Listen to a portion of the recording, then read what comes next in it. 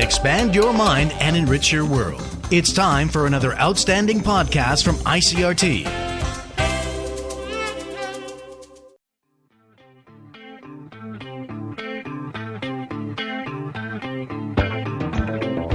Today on the show, we're talking finance and some of the recent changes made at Taiwan's very own stock exchange, the Taiex.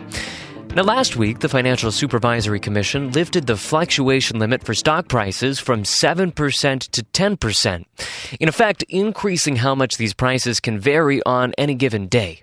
Okay, so financial regulations, fluctuation limits, yeah, I get it. Difficult stuff to get into. It took me a while to warm up to this one as well. But lucky for us, we've got Tim Culpan on the line. He's a correspondent at Bloomberg News in Taipei. And on this show, he's going to break this down for us and explain why this is actually a significant change for Taiwan. Tim, thanks for being with us today. No problem. It's good to be here. All right, so help us understand exactly what's going on here. So this is a regulatory change in the finance sector. Is this going to be something that, is only interesting to day trader type people, or is it going to be broader than that? Well, the significance is actually quite broad-ranging. I mean, let's go through the basics of what's happening. Previously, if you wanted to buy or sell a stock, and the stock went up or down 7% or more during the trading day, that's 7% from what the previous close was, then you essentially couldn't trade. Now, by widening that to 10%, that gives you a 3 more percentage point band of being able to get into that stock. So, for example, if a stock was trading at $100 yesterday and someone today believes that it's worth $108, well, you couldn't trade because there'd be no buy and sell matching there that would allow it to happen. Widening that band basically allows that to happen. Of course, for day traders, that's good because if you can get a larger chance of a swing during the day, then there's more incentive to get involved. But as you say, it's not just for day traders. Even for ma and pa investors, it gets more turnover. It gets more professionals into the market. They see more opportunity. And another thing that's important to note is that the widening of the stock band is not the only thing that's happened during this recent relaxation of the rules. There's also a wider array of stocks that can actually trade intraday, which means they can buy and sell during the same trading session, and also a lot of ETFs, exchange-traded funds, which is essentially a basket of stocks that are traded just under one ticker. And that's becoming a very, very popular way for investors, including the average Joe, to go out there and get into the stock market. Instead of picking one stock, they can basically buy an ETF and get a whole, access to a whole lot of stocks at the same time. So the ETF part of the rule change is also very important. So, of course, we often hear from a lot of people that follow this sort of stuff that Taiwan is moving closer towards bringing its regulations more in line with international standards, preparing for international trade deals, that sort of thing. Is this reform a part of that movement towards more internationalized standards? What was behind the decision to make this change? Well, things like free trade deals and this change in the stock market rules are really very separate issues, so there's not a lot of correlation. I mean, on a bigger picture scale, Taiwan, of course, does want to be more international and want to be in line with international standards. This has been a big problem for Taiwan's market.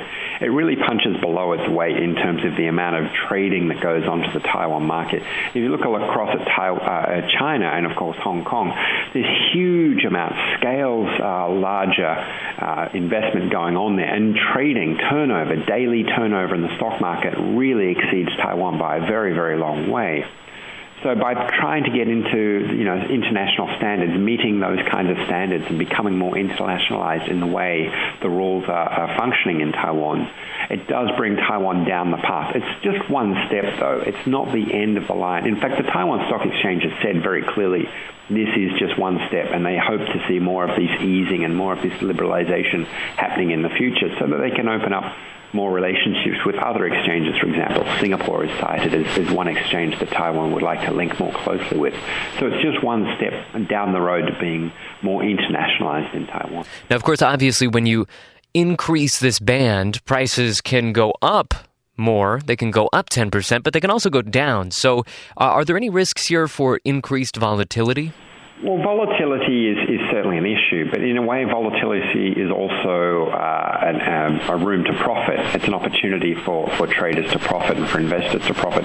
It's still only 10%. It's not a huge gap. So, if you bought a stock yesterday, the most you can lose in one day is 10%, which is really not the end of the world. It's not really going to bankrupt most people if that happens.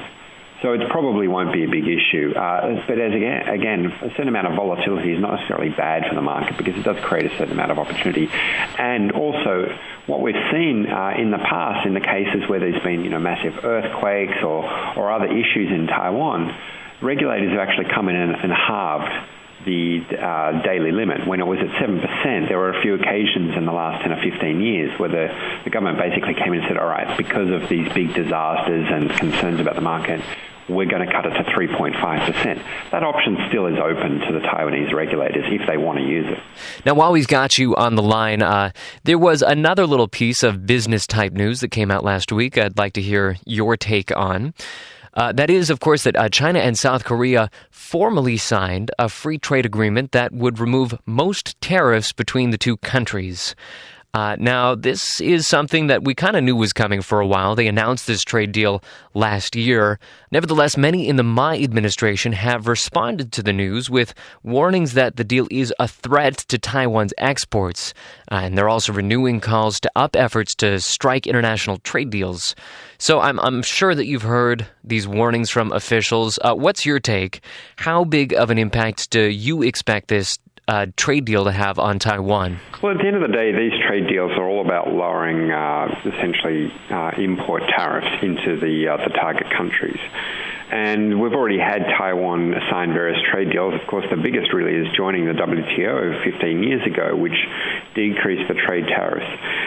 If Korea gets to lower their import tariffs into other countries, and Taiwan still has such import tariffs facing their products, then that is going to be a competitive disadvantage because it makes the Taiwan products just a little bit more expensive. It is a big deal, but there's also a lot of other headwinds that Taiwan faces and also tailwinds.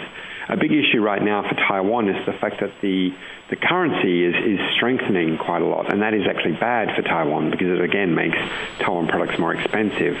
But what really Taiwan also needs to focus on is being more innovative to make things that other countries need to buy that are not necessarily price sensitive. And in fact, officials this week have been talking on the sidelines of Computex about the fact that Taiwan needs to not worry so much about things like FTAs, but just try and be more competitive overall and be more innovative. So while it's certainly true that Taiwan not getting an FTA where South Korea is certainly a headwind and a challenge for Taiwan, it's not really the end of the world, and it's certainly not the only issue that Taiwan needs to be facing. So just based on what I've been reading, the numbers, the headline numbers that we all need to keep in mind is 90% of traded goods to have tariffs removed over the course of 20 years. So 90% over 20 years. 20 years to me, I mean, that sounds like quite a bit of time. Is that going to soften the blow that this is going to have to Taiwan? Over a longer period of time, definitely. It's better for Taiwan that this South Korean free trade deal is over a long period of time rather than just a one hit at one time. Yeah, so that definitely does soften the blow. It allows Taiwanese companies and the Taiwan government a bit more time to get ready, get in line, and of course try and broker their own free trade deals. So that definitely does help. All right, we've been speaking with Tim Culpan, who is a correspondent at Bloomberg News in Taipei. Tim, thanks so much for being with us today. My pleasure. Thanks very much. That's it for Taiwan Talk today. Make sure to tune in tomorrow at the same time for a conversation with Taichung-based White Fungus magazine about their work bringing coverage to Taiwan's art scene in English and Chinese. Thanks for listening. For ICRT, I'm Keith Manconi.